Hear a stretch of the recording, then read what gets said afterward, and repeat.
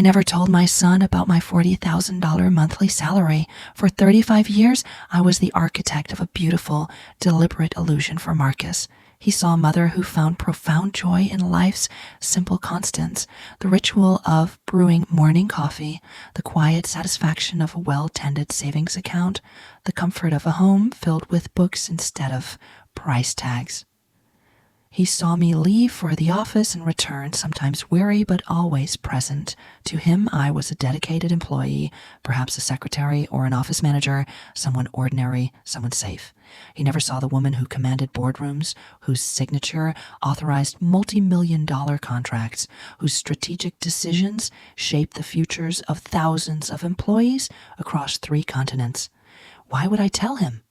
My wealth was never a trophy to be polished and displayed. I grew up in a time and a place where dignity was an internal compass, not an external validation. Silence, I learned, could be more powerful than the hollowest boasts, so I guarded my truth as fiercely as I had built it. I remained in the same modest, rent-controlled apartment, not out of necessity, but for its familiar, unpretentious embrace. I used the same leather handbag until it seems frayed. Not because I couldn't afford a new one, but because it held the comforting weight of my keys, my wallet, my life. I bought clothes from discount chains, cooked meals at home, and poured every surplus dollar into investments that grew in silent, compounding wonder. I became rich in the quietest way possible because I understood a fundamental truth. True power doesn't need to shout its presence from the rooftops.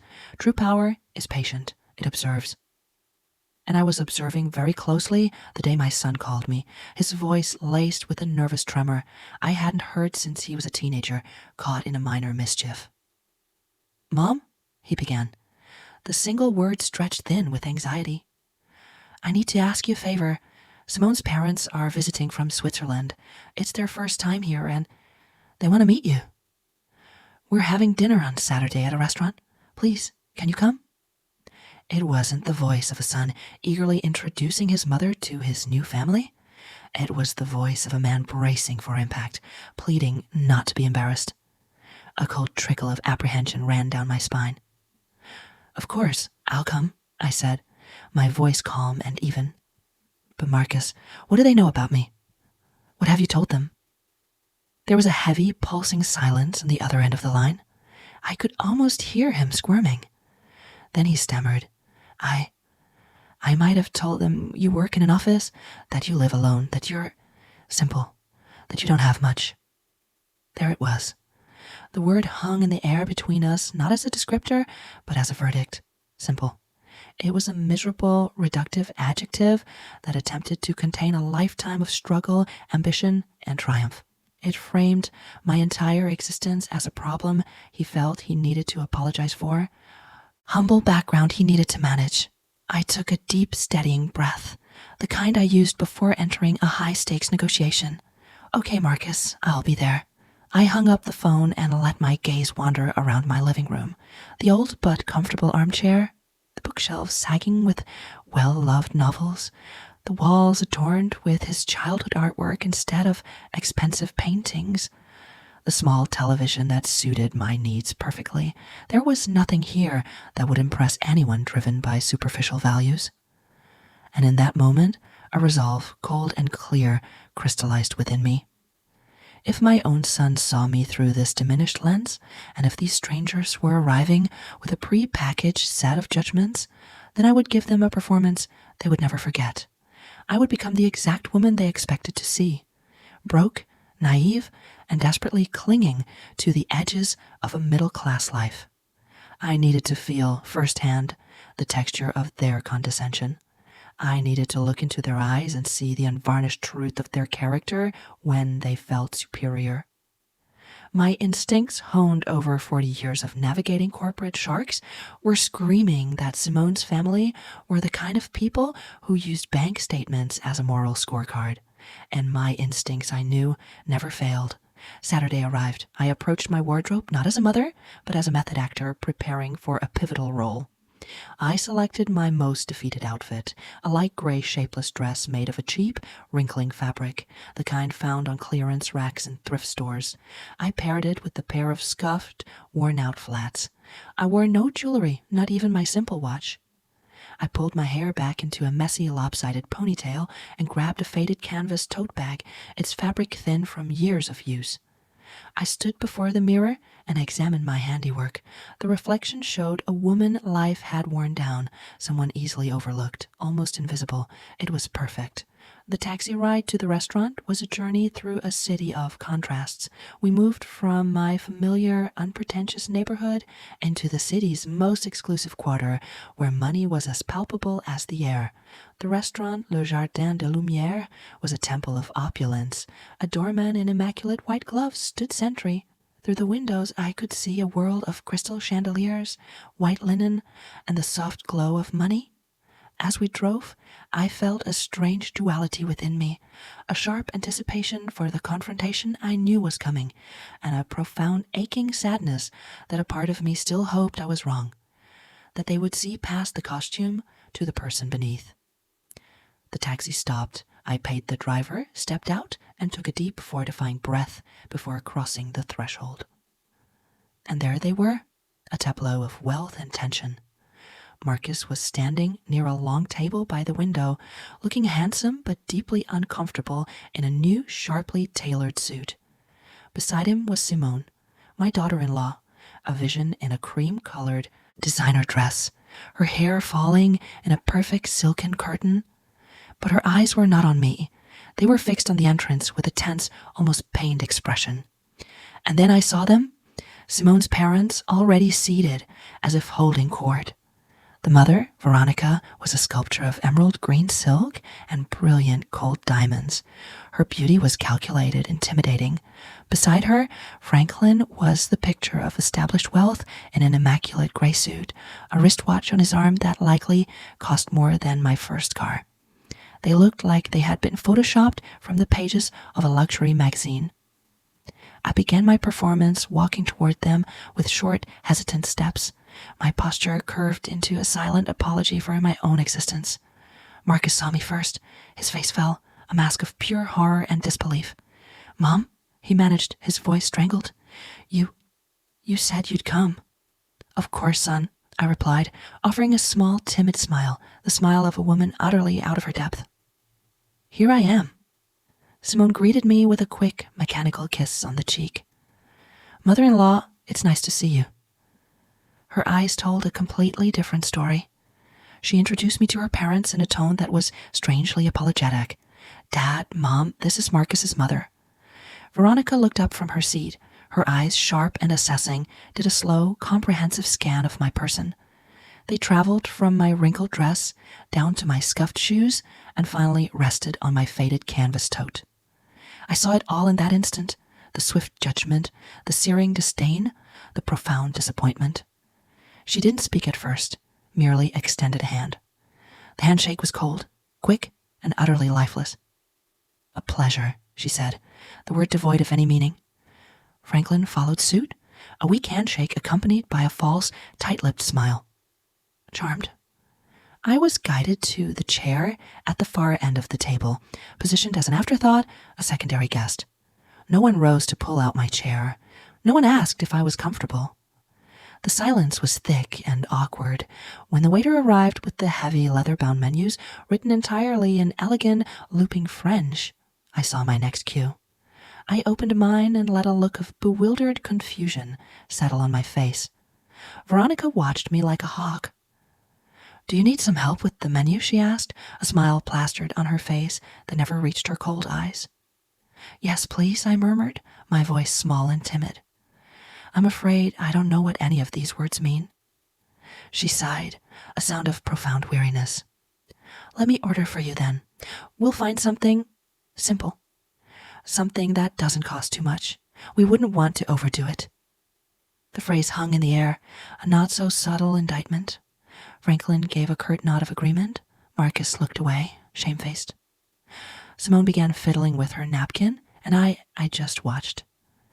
Veronica began to speak, first about pleasantries, the long flight, the differences in culture, but then, with the precision of a master manipulator, she subtly pivoted to the true language of her soul, money. She mentioned their 1,000 a night hotel suite. She mentioned the luxury sedan they had rented for their stay. She mentioned the little boutiques they had visited. We bought a few things, she said, with a dismissive wave of her jeweled hand. Nothing major, just a few thousand. She spoke while looking directly at me, expecting a reaction, waiting for me to be wide-eyed and impressed.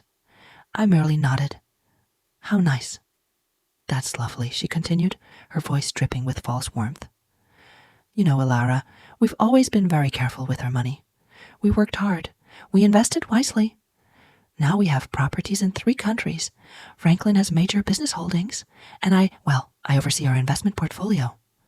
She smiled a smile of pure, unadulterated superiority. And you? What exactly is it that you do?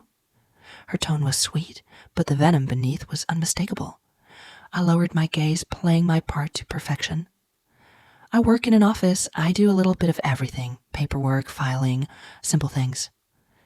Veronica exchanged a swift, knowing look with Franklin. I see. Administrative work, that's fine. It's honest work. All jobs are dignified, right? Of course, I replied softly. The food arrived. Enormous, stark white plates, bearing tiny, exquisite portions, arranged like modern art. Veronica cut into her steak with surgical precision. This costs $80, she announced, as if revealing a universal truth. But it's worth it. Quality is worth paying for. One can't just eat anything, right? I nodded. Of course, you're right. Marcus, desperate to diffuse the tension, tried to change the subject to his work. Veronica cut him off without a second thought. Son, does your mother live alone? Marcus nodded, his discomfort palpable. Yes, she has a small apartment. Veronica turned her gimlet gaze back to me, her expression a masterpiece of feigned pity. It must be so difficult, isn't it, living alone at your age without much support? And does your salary cover everything? Do you manage? I felt the trap closing around me. I manage, I barely whispered. I save where I can. I don't need much. Veronica sighed dramatically. Oh, Ilara, you're so brave. Truly, I admire women who struggle alone, although, of course, one always wishes to give our children more, to give them a better life. But oh well, everyone gives what they can. The blow was subtle, but it was deadly.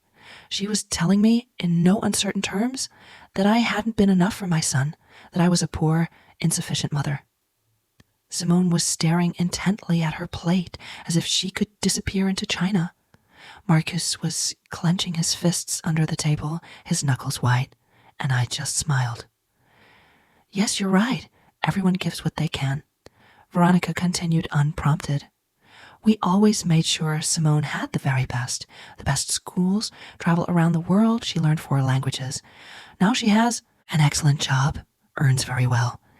And when she married Marcus, well, we helped them quite a bit. We gave them the money for the down payment on their house. We paid for their honeymoon because that's just who we are. We believe in supporting our children. She leaned forward, her eyes locking onto mine with predatory intensity. And you? Were you able to help Marcus with anything when they got married? The question floated in the air between us, sharp and lethal as a shard of glass. Not much, I replied, my voice barely a whisper. I gave them what I could, a small gift. Veronica's smile was a knife. How sweet. Every little detail counts, right? The amount doesn't matter. The intention is what's important. And right then I felt it, the rage. But it wasn't a hot, explosive anger. It was a deep, glacial, and controlled fury, like a powerful river flowing silently under a thick sheet of ice. I breathed slowly, kept the timid smile fixed on my face, and let Veronica keep talking. Because that's what people like her do. They talk, they inflate themselves, they show off. And the more they talk, the more they reveal the profound emptiness that resides inside them. She took a sip of her expensive red wine, swirling it in the glass as if she were a master sommelier. This wine is from an exclusive, family-owned vineyard in Burgundy. It costs $200 a bottle, but when you understand quality, you don't skimp. Do you drink wine, Ilara?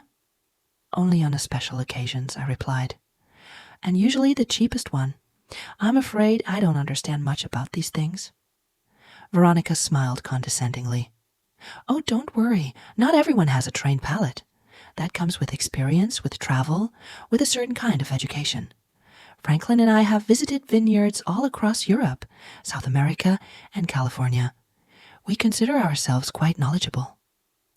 Franklin nodded in agreement, a silent partner in her performance of superiority. Then came the dessert, tiny intricate constructions that looked like edible jewelry. Veronica ordered the most expensive one, a $30 sliver of cake adorned with edible gold flakes. This is delicious, she declared after the first bite. See those little golden flakes? It's a detail only the best restaurants offer. I ate my simpler, cheaper dessert in silence. Finally, Veronica placed her fork down and her expression shifted into one of grave, faux maternal concern. You know, Ilara, I think it's important that we talk about something as a family, now that we are all here. She looked around the table, her gaze finally settling on me. Marcus is our son-in-law, and we love him very much. Simone loves him, and we respect that decision. But as parents, we always want the very best for our daughter. Marcus tensed up. Mom, I don't think this is the time, he started.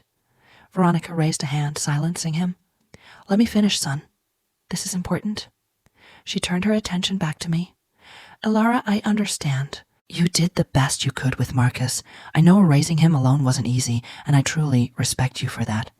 But now, Marcus is at another stage in his life. He is married, he has responsibilities, and well, Simone and he deserve to have stability. Stability? I asked, my voice soft. Yes, Veronica replied. Financial and emotional stability. We have helped a lot, and we will continue to help. But we also believe it's important that Marcus doesn't have unnecessary burdens. Her tone was crystalline in its meaning. She was calling me a burden, me, his mother. Simone looked like she wanted the floor to swallow her whole. Marcus had his jaw clenched so tight I feared a tooth might crack. Burdens? I repeated, feigning confusion. Veronica sighed, as if explaining a difficult concept to a child. I don't want to sound harsh, Ilara, but at your age, living alone with a limited salary, it's only natural for Marcus to worry about you, to feel that he must take care of you. And that's fine, he's a good son, but we don't want that worry to affect his marriage. Do you understand me? Perfectly, I replied. Veronica smiled, a predator moving in for the kill. I'm glad you understand. That's why we wanted to talk to you. Franklin and I have thought about something. She paused for a dramatic effect. We could help you financially, give you a small monthly allowance, something that allows you to live more comfortably without Marcus having to worry so much. Obviously, it would be modest. We can't work miracles, but it would be a support. I remained silent, watching her, waiting for the final piece. She continued. And in exchange, we would only ask you to respect Marcus and Simone's space, not to seek them out so much, not to pressure them, to give them the freedom to build their life together without interference. She leaned back, satisfied. How does that sound? There it was, the offer laid bare on the table, the bribe, thinly disguised as charity. They wanted to buy me off. They wanted to pay me to disappear from my son's life so I wouldn't be a nuisance, so I wouldn't embarrass their precious daughter with my perceived poverty. Marcus exploded. Mom, that's enough. You don't have to... Veronica interrupted him, her voice sharp. Marcus, calm down. We're talking like adults. Your mother understands. Right, Ilara? I picked up my napkin, calmly wiped my lips, took a deliberate sip of water, and let the silence in the room grow, stretch, and become a physical presence. Everyone was looking at me. Veronica with smug expectation, Franklin with unshakable arrogance, Simone with burning shame, and Marcus with pure, unadulterated desperation. And then I spoke, but my voice was different. It was no longer timid. It was no longer small. It was firm, clear, resonant, and cold as polished steel. That is a very interesting offer, Veronica. Truly very generous of you. Veronica smiled victoriously. I'm glad you see it that way. I nodded slowly. But I have a few questions, just to understand the terms clearly. Veronica blinked, slightly thrown. Of course, ask whatever you like. I leaned forward slightly, my posture beginning to shift from meek to commanding. How much exactly would you consider a modest monthly allowance? She hesitated. Well, we were thinking about $500, maybe $700, depending. I see, I said, my voice dropping. $700 a month for me to disappear from my son's life. Veronica frowned. I wouldn't put it like that. But that is how you put it, I responded, my tone leaving no room for argument. That is exactly what you proposed. She adjusted in her chair, a flicker of unease in her eyes. Alara, I don't want you to misunderstand. We just want to help. Of course, I said, the word laced with a new sharp irony. Help? How did you help with the house down payment? How much was that? Veronica nodded, a hint of pride returning. $40,000. Ah, 40,000. How generous. And the honeymoon? 15,000. It was a 3-week tour of Europe. Incredible, I replied, letting the word hang. So, you've invested approximately $55,000 in Marcus and Simone? Veronica smiled. Well, when you love your children, you don't hold back. I nodded slowly, my eyes locked on hers. You're right. When you love your children, you don't hold back. But tell me something, Veronica. All that investment, all that money, did it buy you anything? She blinked, confused. I'm sorry? Like, did it buy you their respect? I continued, my voice gaining a sharper edge. Did it buy you real love? Or did it just buy their obedience? The atmosphere in the room cracked. Veronica stopped smiling. Excuse me? My tone became a scalpel. You've spent this entire evening talking about money. About how much things cost, how much you spent, how much you have. But you haven't asked me a single question about who I am. You haven't asked if I'm happy, if something hurts me, if I ever get lonely. You have only calculated my worth based on this wrinkled dress and these old shoes.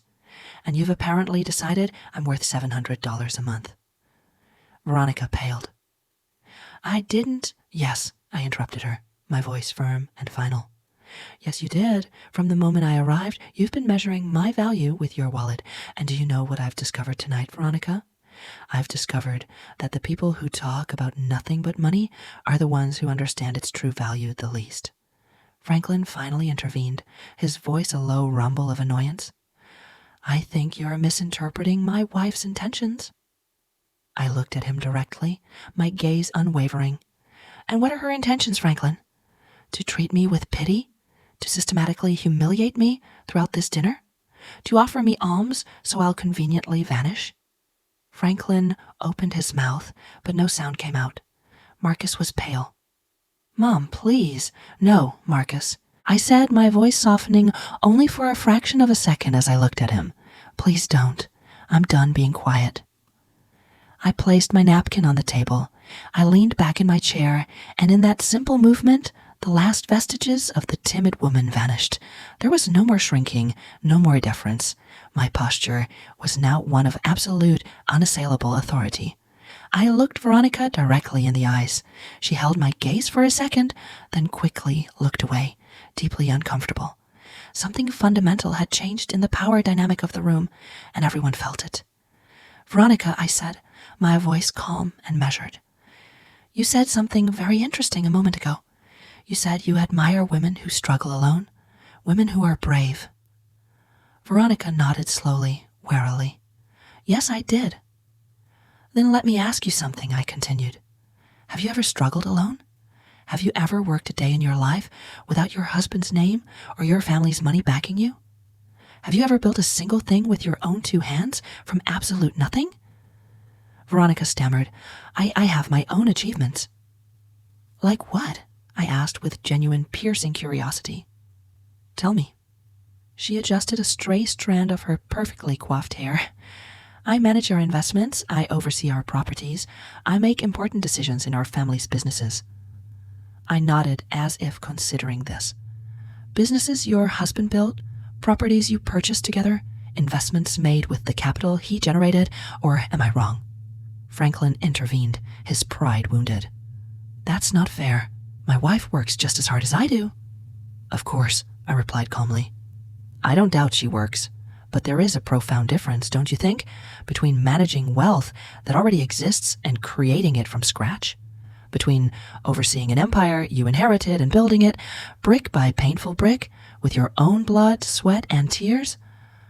Veronica pressed her lips together into a thin, bloodless line. I don't know where you're going with this, Alara.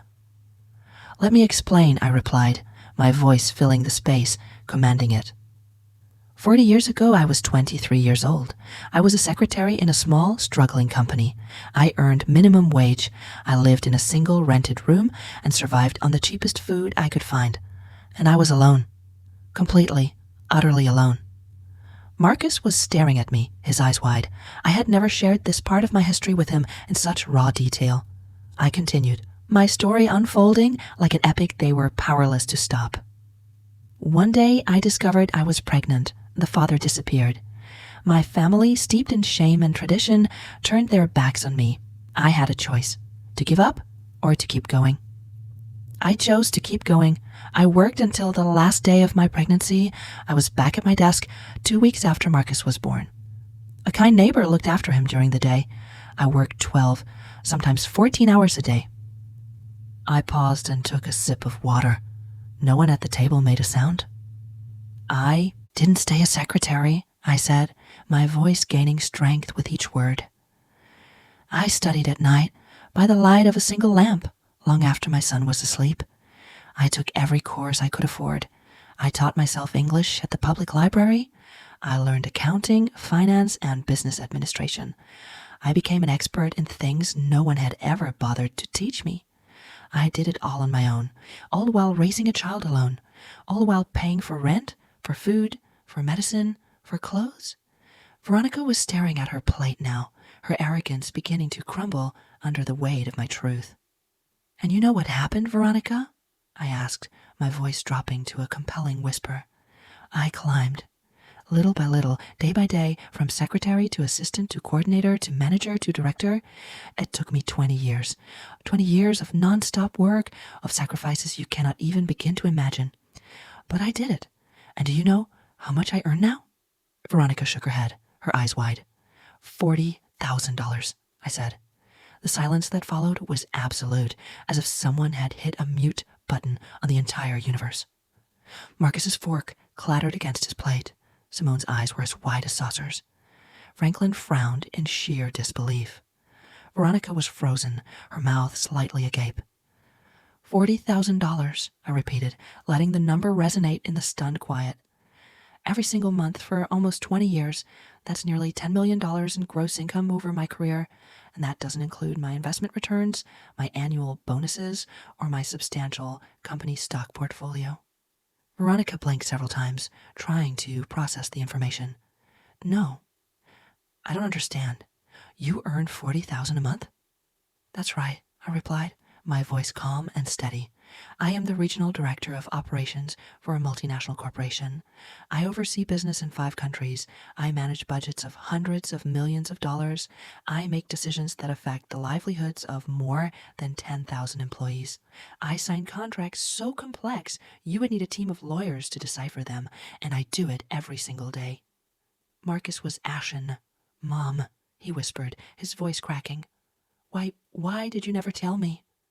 I looked at him, and all the love I felt for him softened my expression. Because you didn't need to know, son. Because I wanted you to grow up valuing effort, not currency. I wanted you to become a person of character, not an heir to a fortune. Because money can corrupt you, and I wasn't going to let it corrupt you. Then Simone whispered, But Mom, why do you live in that small apartment? Why do you wear such simple clothes? Why don't you drive a luxury car? I smiled, a genuine, peaceful smile. Because I don't need to impress anyone, Simone, because true wealth isn't something you show off. I learned that the more you have, the less you need to prove it to the world. I turned my gaze back to Veronica, my expression hardening once more. That's why I came here dressed like this tonight. That's why I pretended to be poor. That's why I acted like a broke and naive woman. I wanted to see how you would treat me if you thought I had nothing. I wanted to see your true colors, and boy, did I see them, Veronica. I saw them perfectly. Veronica was red with a potent cocktail of shame, rage, and humiliation. This is ridiculous, she spat out. If you earned so much, we would know. Marcus would know. Why would he believe you were poor? Because I let him, I replied simply. Because I never discussed the details of my job. Because I live a life of deliberate simplicity. Because the money I earn, I invest, I save, I multiply it. I don't spend it on flashy jewelry or showing off in overpriced restaurants. Franklin cleared his throat, trying to regain a shred of dignity. Even so, this doesn't change the fact that you were deceitful, that you misinterpreted our intentions. Really? I said, fixing him with a stare that had made seasoned executives quail. I misinterpreted it when your wife said I was a burden to Marcus. I misinterpreted it when she offered to pay me $700 to disappear from his life. I misinterpreted every single condescending comment about my clothes, my job, my entire way of life. Franklin had no answer. Neither did Veronica. I stood up. Everyone watched me, mesmerized. Let me tell you something that clearly no one has ever had the courage to tell you. Money does not buy class. It does not buy a real education. It does not buy empathy. You may have money, perhaps a great deal of it, but you don't possess an ounce of what truly matters in this world. Veronica stood up, furious. And you do? You who lied to us? You who deceived us and made us look like fools? I didn't make you look like fools, I replied, my voice cold and final. You took care of that all on your own. I merely gave you the opportunity to show everyone who you really are, and you did it magnificently. Simone had tears streaming down her face. Mother-in-law, I didn't know. I'm so sorry. I know, I interrupted her, my voice softer. You didn't know about my money, but you did know. You know how your parents are. You know how they treat people they consider beneath them, and you did nothing to stop them. Simone sobbed. I wanted to say something, but they're my parents. I know, I replied. And Marcus is my son. And yet, I have always let him make his own decisions. I let him choose his life, his wife, his path, because that is how you love someone, with freedom, not with control, not with money, not with manipulation. Marcus came to my side. Mom, forgive me. Please forgive me for never asking, for assuming, for thinking you were... I hugged him tightly. You don't have to apologize, son. I did what I did for a reason. I wanted you to be independent, to value the right things, to build your own life.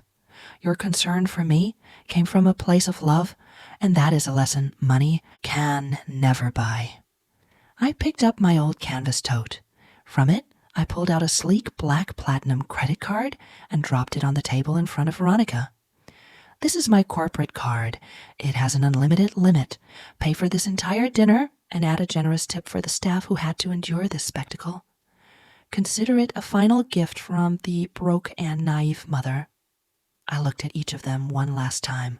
Veronica shamed and furious, Franklin defeated, Simone weeping, and Marcus forever changed. Without another word, I turned and walked out of the restaurant, my head held high, the cool night air feeling like a liberation. The aftermath was complex and profound. Marcus and Simone's relationship was tested, but ultimately strengthened. They established firm, non-negotiable boundaries with her parents. Veronica and Franklin were left in a state of humiliated shock, their worldview shattered. But from the ruins of that dinner, something positive was born. Simone, freed from the need to conform to her parents' shallow values, began to find her own authentic path. And my son finally saw the full, formidable picture of the woman who had raised him. Not a simple mother, but a force of nature, who had chosen humility as her greatest strength. I never pretended to be poor again. The experiment was over. The truth had set us all free. They had their millions, their properties, their jewels, but I had something infinitely more valuable: peace, authenticity, the love of my son, and the quiet, unshakable knowledge that I was, and always had been, enough. If this story of quiet strength and revelation resonated with you, I would be so grateful if you could support the channel by liking this video and sharing your own thoughts and experiences in the comments below. Your engagement is what fuels Winds of Thought and allows us to continue bringing you these powerful, life-changing narratives. Don't forget to subscribe and hit the notification bell so you never miss our next journey into the human spirit. Thank you for watching, and I look forward to connecting with you in the comments.